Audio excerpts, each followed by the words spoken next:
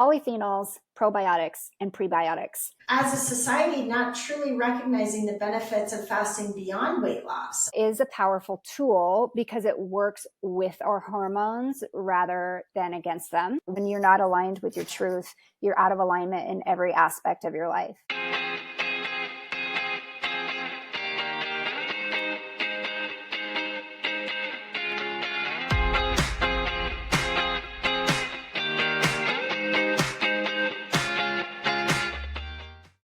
Welcome to the Hot Flash Health Podcast, where we're dishing out unfiltered truths about menopause with a side of sass and a sprinkle of crass. Get ready to dive into the wild world of hot flashes, mood swings, and all the other joys of being a queenager. No, this ain't your grandma's podcast. We're here to chat about our bodies, our passions, our fears, and desires while navigating this roller coaster ride of menopause. So grab a glass of wine or tequila or vodka or water, whatever. Kick back and let's ride this hot flash wave together. I'm Courtney Mamusha, and alongside me is my fabulous co-host, Dawn Fable. We're just two outspoken gals who aren't afraid to say it like it is. Now let's kick off today's episode. Dawn, why don't you go ahead and introduce our amazing guest today? Oh, Court, it's good to have you back. Anytime you're not on the podcast and we're not doing this together, I feel very lost. You're like my work wife and better half. You're like the Ramona to my Beezus. I have said it time and time again, but move over Mary Beth because there is a new woman in the house. Not only is she a very dear friend of mine, but she is a badass and true powerhouse women's health guru, Myriah Bonsall, a certified integrative healthcare practitioner, a bioharmonizer, and a fast like a girl coach. Mariah is on a mission to help women embrace menopause as a time of strength and vitality as it should be. Today, we are tackling fasting for menopause and beyond, and how to fast like a girl for balanced weight loss and vitality. We know that fasting just isn't for the biohackers and fitness gurus. It's a powerful tool for women, especially on this hormonal health journey, to reset their health, balance their hormones, and feel energized. So today, Mariah is going to break down how fasting can work as a customized approach with all of our unique hormonal rhythms, not against them, and bring benefits like boosted metabolism, sharper brain health, and yes, a little body confidence too. We can all use that. So if you're ready to dive in how fasting can help you reclaim your vitality and make menopause one of your best chapters yet, let's get started. Mariah, great to see you. Thank you for having me again. I'm excited to be here and share all of this valuable information with you. I'm ready to go. Let's get it.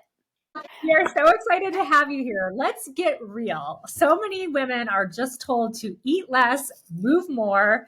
But for those of us in midlife, I don't want to say midlife crisis, but for those of us in our midlife, that advice is probably as useful as a bikini in a blizzard, right?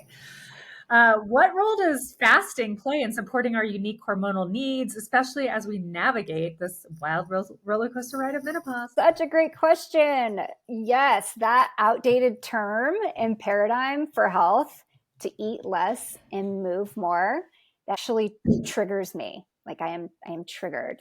I get all worked up about that. So look around us. The advice is clearly not working. That advice to me is very restrictive, and the energy underneath it, saying that your body is broken or that you're not trying hard enough, if you're not losing weight, eating less and moving more. So a woman's hormones demand variation. And if a woman goes into a restrictive diet that keeps the diversity of her food choices and calories at an all-time low, the body starts to think it's in a crisis. So this advice doesn't allow for a woman to use her intuition or to hear her body communicating with her when she needs to slow down and fill her cup by nurturing herself with food and lifestyle. So the eat less and the move more advice just doesn't account for the hormonal shifts that are happening in midlife and a woman's metabolism and what it's going through this time of menopause and perimenopause and beyond. So fasting like a girl is a powerful tool because it works with our hormones rather than against them. For example, with fasting, we're giving our bodies a break from constant digestion And during this time, this allows for our insulin levels to drop, which is also a hormone. So I'm not just talking about our sex hormones, so that balancing, it begins with insulin. And this can also help with our weight stability and estrogen balance, which is a real struggle for perimenopausal women. So when we look at fasting in a way that we can use it for menopause, because it triggers autophagy, which is the natural cellular cleanup of the body, is inflammation, which is a hidden culprit behind a lot of women's menopausal symptoms. So rather than restricting calories, we are working smarter. We're aligning with our biology to feel lighter, clearer, more energized. And we're listening to our hormones and to our bodies and what they're communicating with us, and answering in support and love for ourselves, and instead of answering with restriction and self-hate. So good. I just am so fascinated, and this is why we keep on having Mariah back, because she's such a wealth of information, and she is breaking something so simplistic as fasting down for us women going through this hormonal roller coaster. So, Mariah, there's tons of hype around fasting. I've done it. I've been a sucker for these fasting programs online. I'm sure doing it totally the wrong way, which has ultimately created some hesitation around trying a fasting program again. You, being trained in this, especially for menopausal women, certainly have the essentials of how to prepare your mind and body for a fasting program, which I think is one of the more important parts of fasting. So, what are the most important steps in preparing ourselves mentally and physically for a longer fast? Because it can, be intimidating. Absolutely. It's so important, because I feel like a lot of women, you buy into the hype at first. Oh, in fasting, this is my answer. This is what's going to help me. But we're just getting that one size fits all approach. And we are not getting it from the lens of a woman's hormones and going through menopause specifically. So important to me, I was mentored and trained by a man who is very intelligent, and I still use most of his foundations. But what I found doing his thing that he recommended, I was actually starting to see my hair falling out again. And from my labs, I could tell that I was getting into more of a stress state, chronic stress. And that's when I found Dr. Mindy's work, Dr. Mindy Pell's Eat Like a Girl, Fast Like a Girl. She knew, been doing it for years with her clients, and has seen hundreds of thousands of women completely change their menopausal landscape and environment just from going through these specific, we can use fasting and food to really change our lives and go through menopause with more ease. It's not supposed to be this hard. So when we talk about preparing for an extended fast, as much as it is about preparing our mindset, we also have to, I always, always, always recommend, we need to go in with intention and creating a why. And it's all about, what are we fasting for? What's our intention here? And then shifting our mindset to prepare ourselves, to support ourselves through these more challenging times.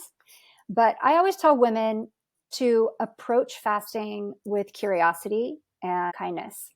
So if you catch yourself telling yourself a story or a limiting belief story, like, I can't fast, I get too hungry, or I just get so dizzy and I can't go without food, just stop yourself. I invite you to get curious and bring awareness to the stories that you may not be in alignment with anymore.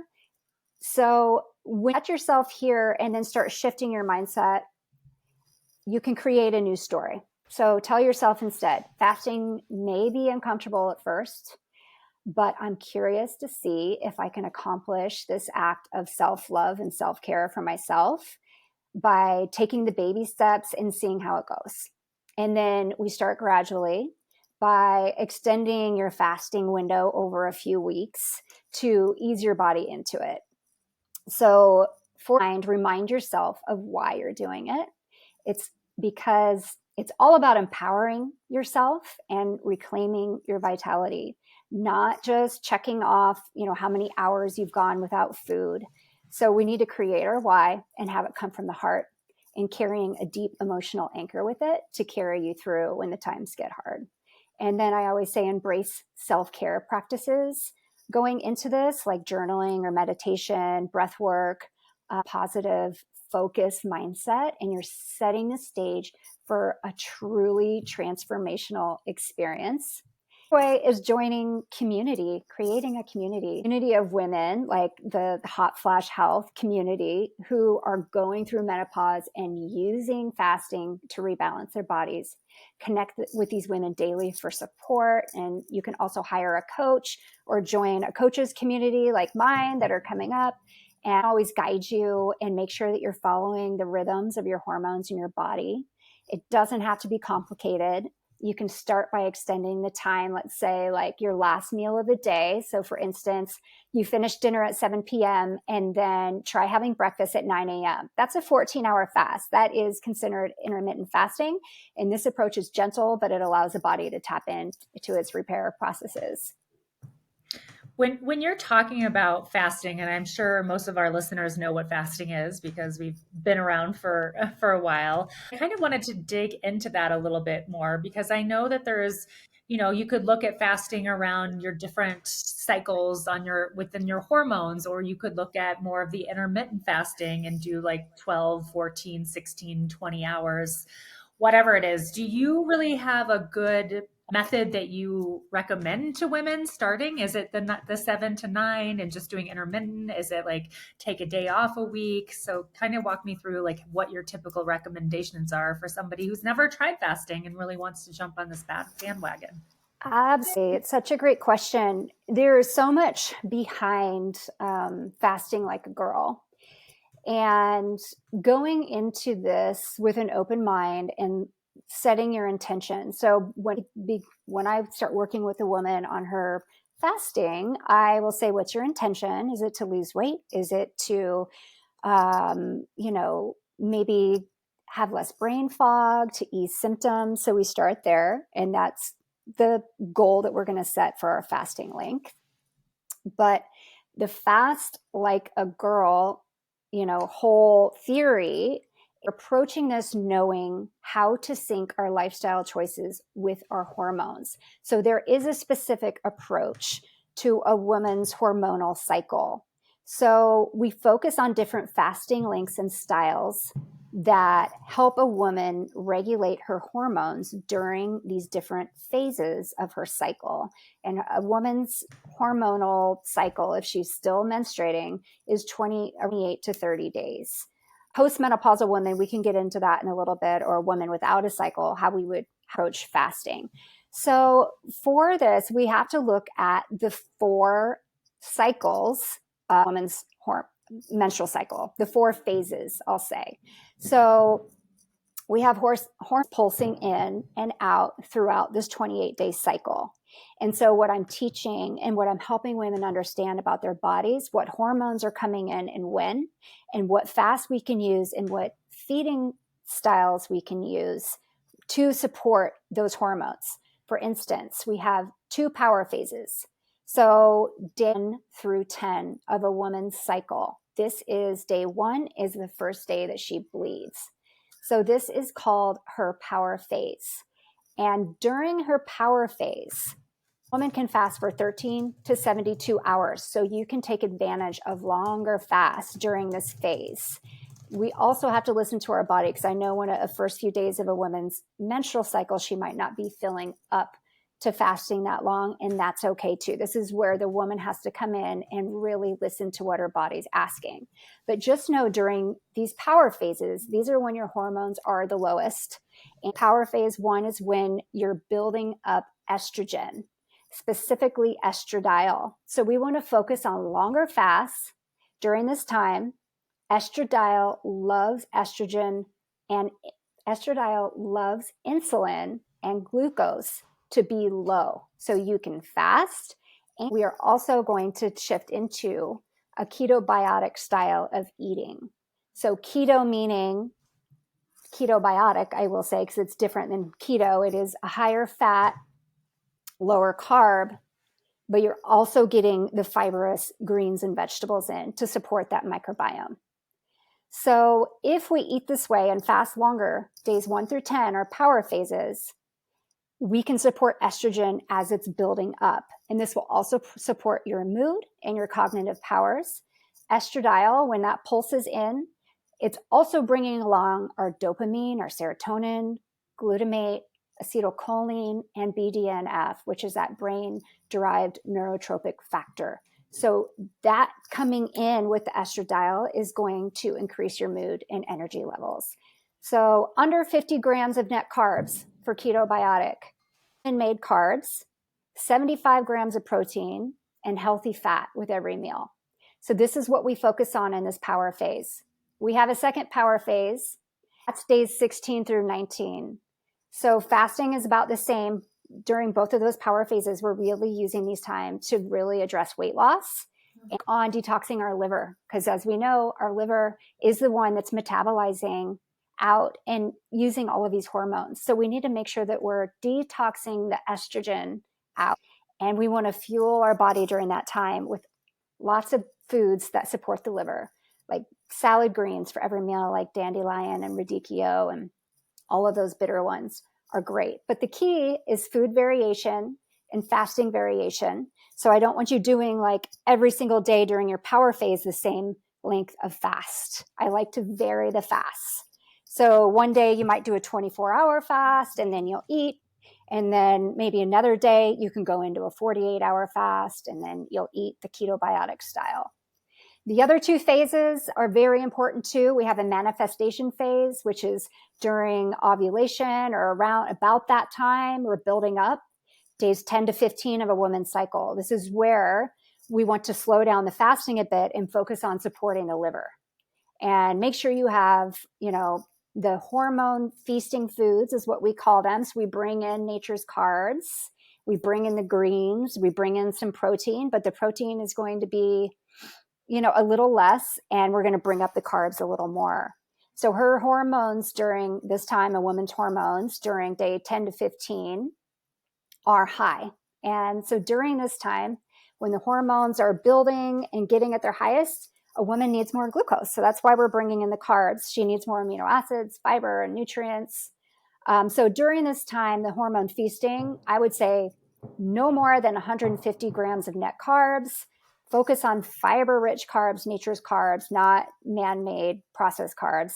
And then you might want to bump up your protein to 1 gram of protein per pound of ideal body weight during that time, and healthy fats as well.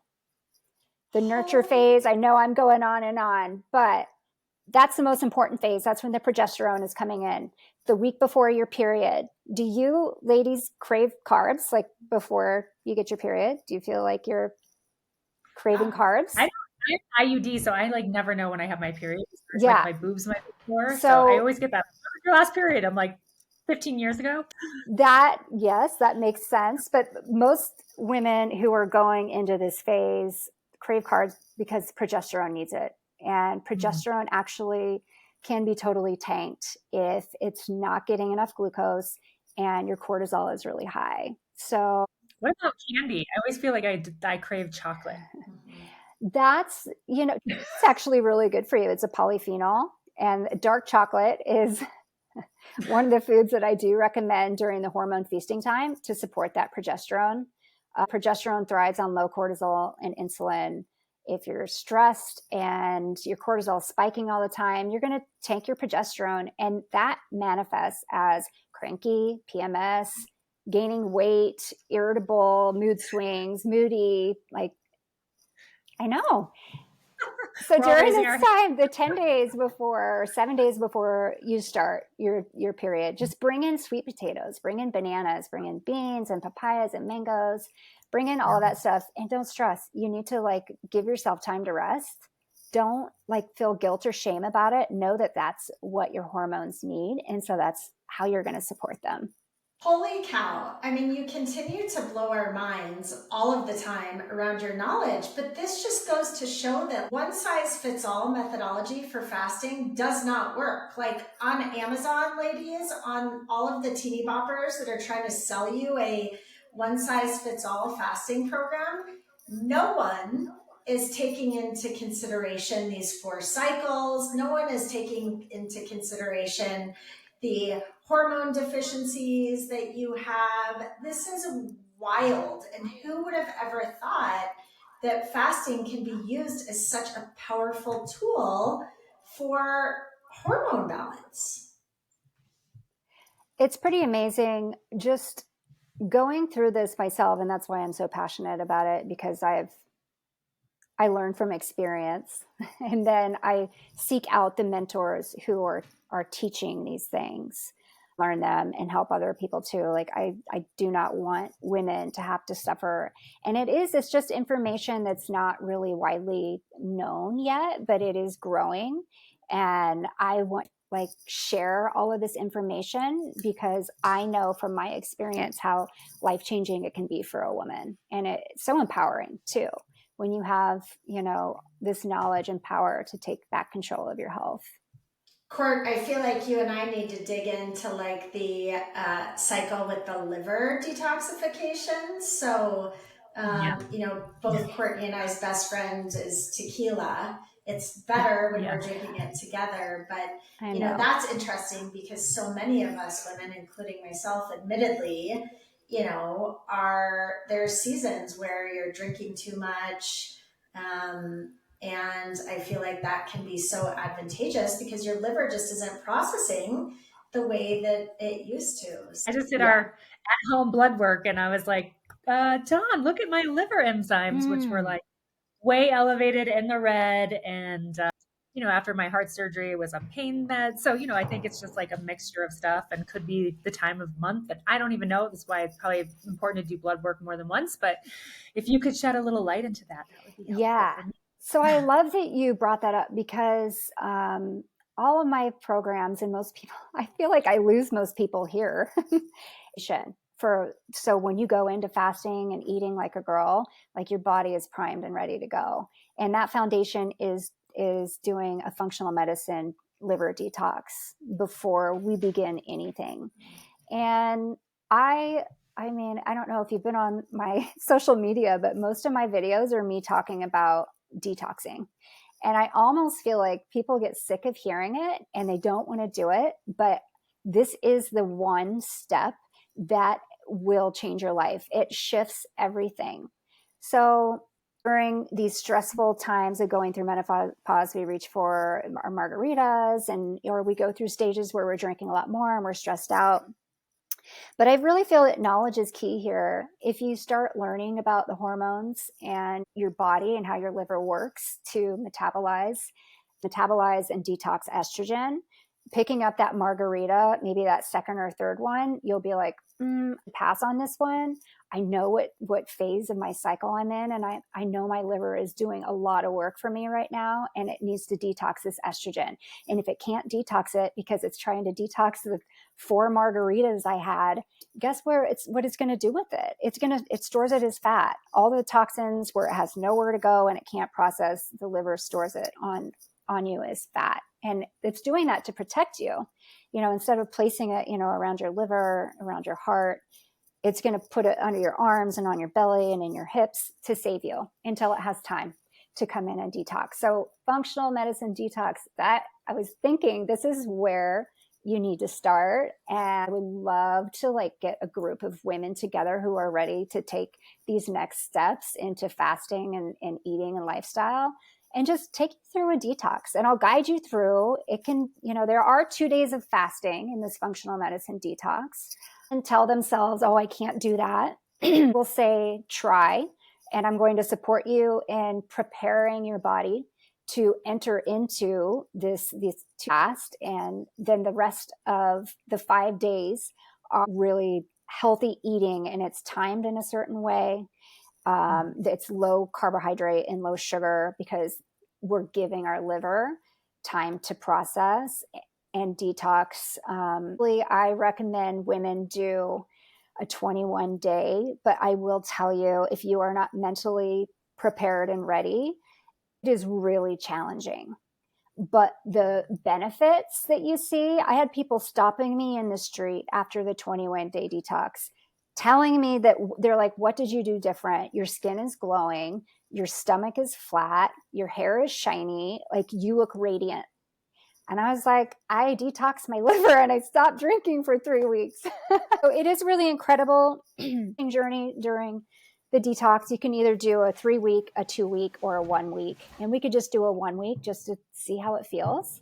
But during those fasting days, it's 60 some hours of fasting. So it's like 2.5 days. And it's pretty amazing what starts rising up to the surface, old like belief patterns and subconscious thoughts and just thought processes about the way you think about food and why you eat food. Like I was sitting at my desk working and fasting. I wasn't hungry, but I felt like I needed to jump up and get lunch because it was noon and I wasn't even hungry. So, and it starts producing all of these really great like peptides in your stomach, and you're just not as hungry anymore afterwards. You're full after eating like a salad and some garbanzo beans, and it tastes so good. It's really transformative. Thing is my number foundational tool to get women's hormones back into balance. And we always start there. Well, and watch out, ladies, because we as Hot Flash Health collectively and Mariah are going to be launching some sort of group fasting programs, group detoxes, things like that. And I'll tell you what, if Courtney Mamusha and I can do a 21-day fast, which is like it's true. Maybe hell might freeze over, you all can do it too, because it's true. And man, what a trip that'll be to follow you and I along on this fasting journey. I've been texting my friends yesterday, like, who am I without a drink in my hand? It's so crazy that you like get so programmed to be. Dawn and I are super social, obviously, you know, Dawn. So it's like we're always out and about and entertaining and talking with friends and cocktails and having fun. So it's like a crazy thing to think about taking a look at your health.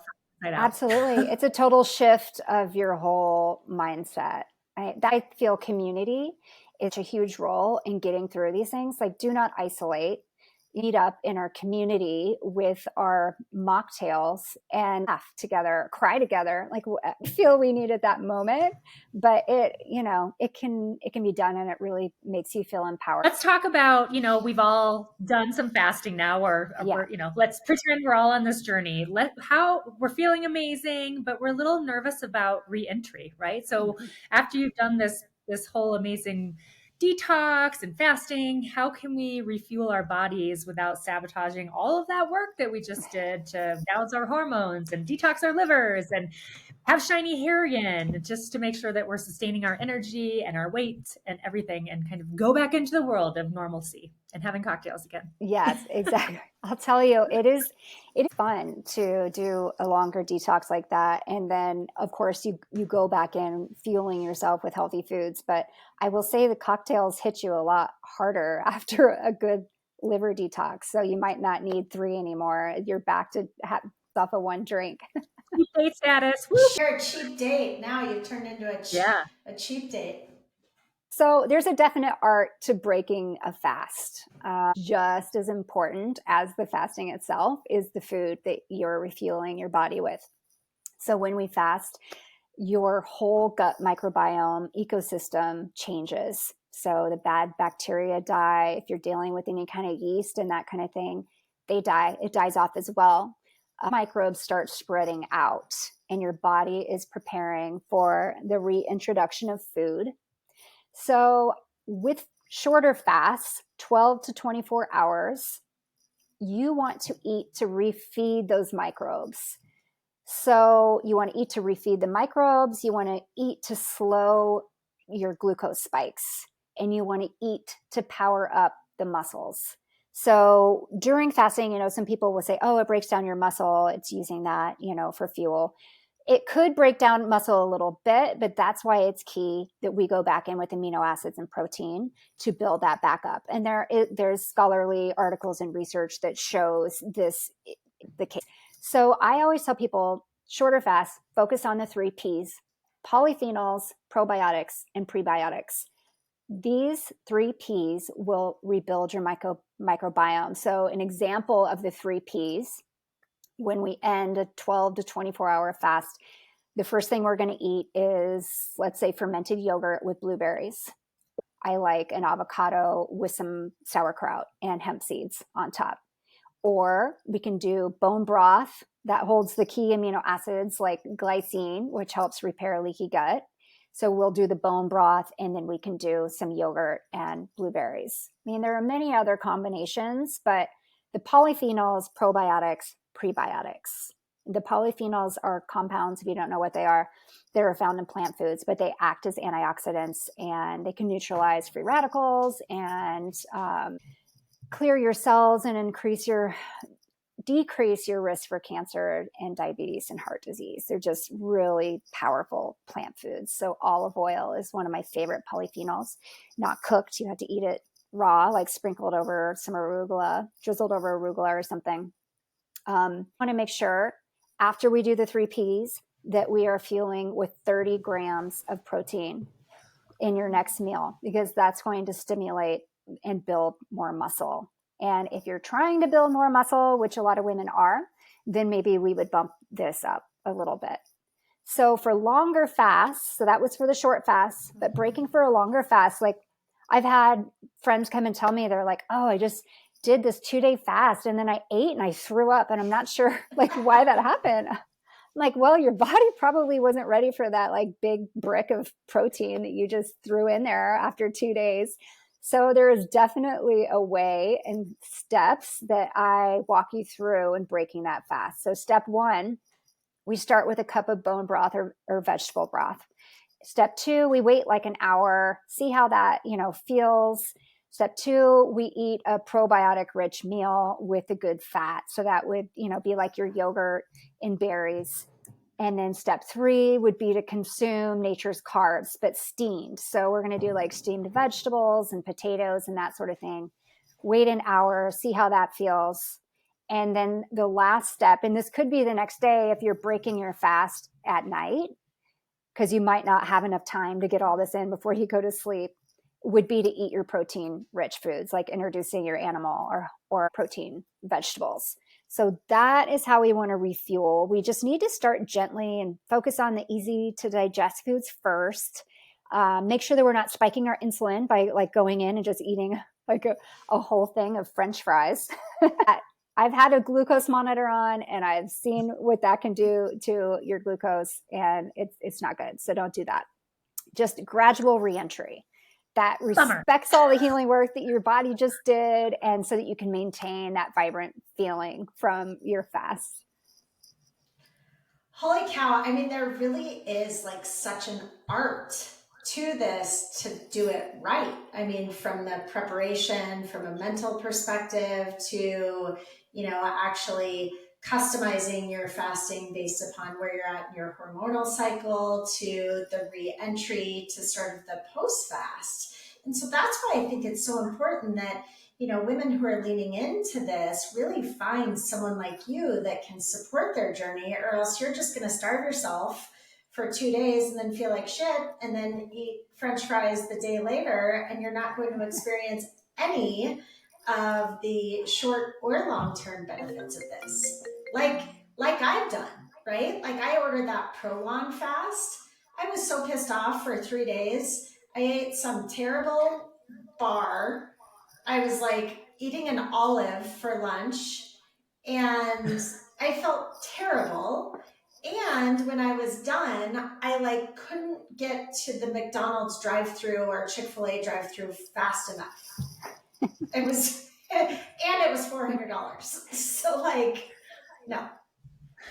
Yeah, not the right one. You probably just weren't following the rhythm of your hormones. They needed different things at that time. Like, yeah, so you were like craving. Prolon, but anyway, Mariah, you are so knowledgeable. We love it. So, okay, so we have done the reentry of a fast.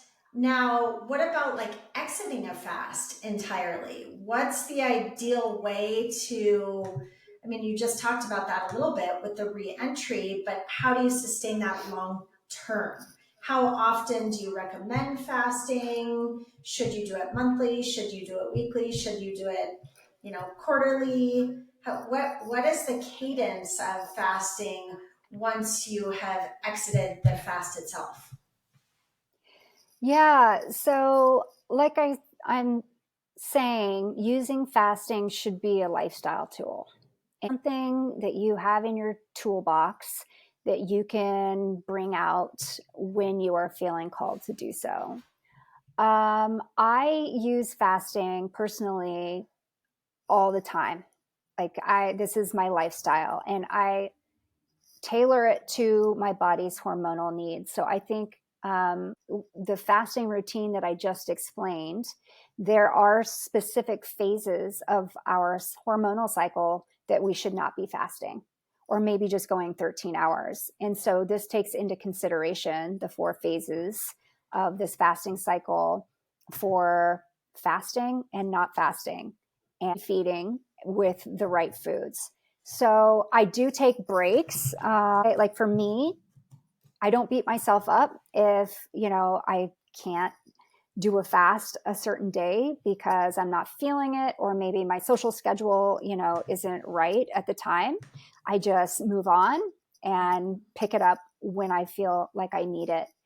But, it is just so key to make sure that we're varying our fasting lengths and using, our hormonal rhythms to enter into the fast in wherever we are at in our hormonal cycle, and focusing on varying foods to support our hormones and getting all of the different foods in, and then taking breaks when we need it. So I would say, like summertime, when I'm going to be traveling, I'm going to be with friends and family, I'm going to be at the beach, and I'm going to be having cocktails. So I usually I do like either a detox in May, functional detox, and some fasting.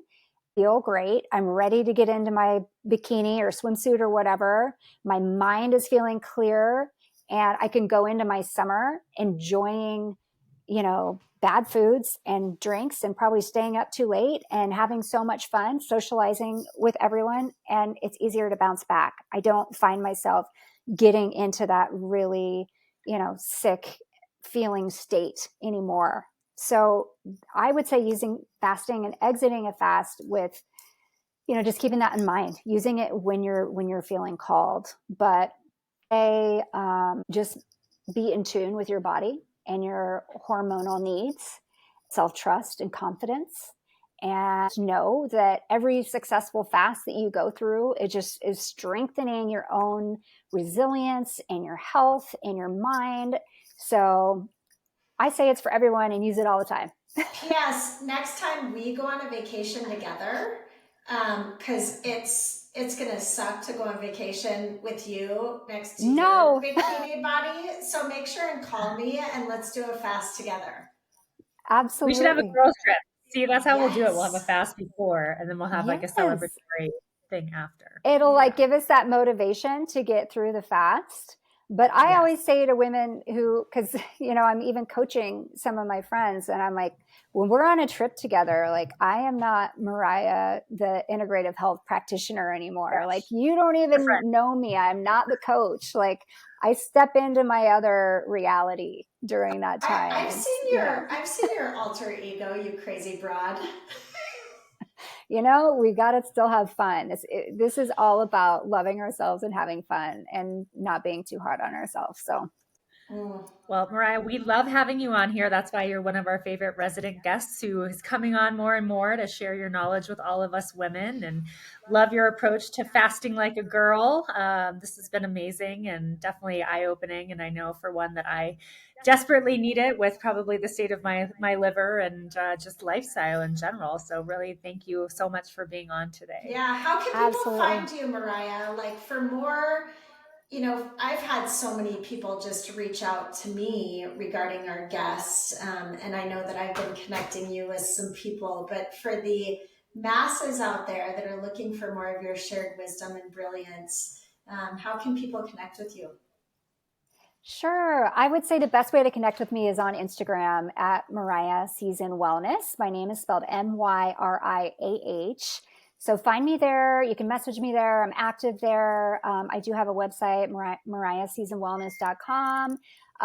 You can find me on Facebook, Mariah Season. But in the future, come to my Instagram. I'm going to launch everything there. We're going to be doing groups and communities and detoxes and fasting.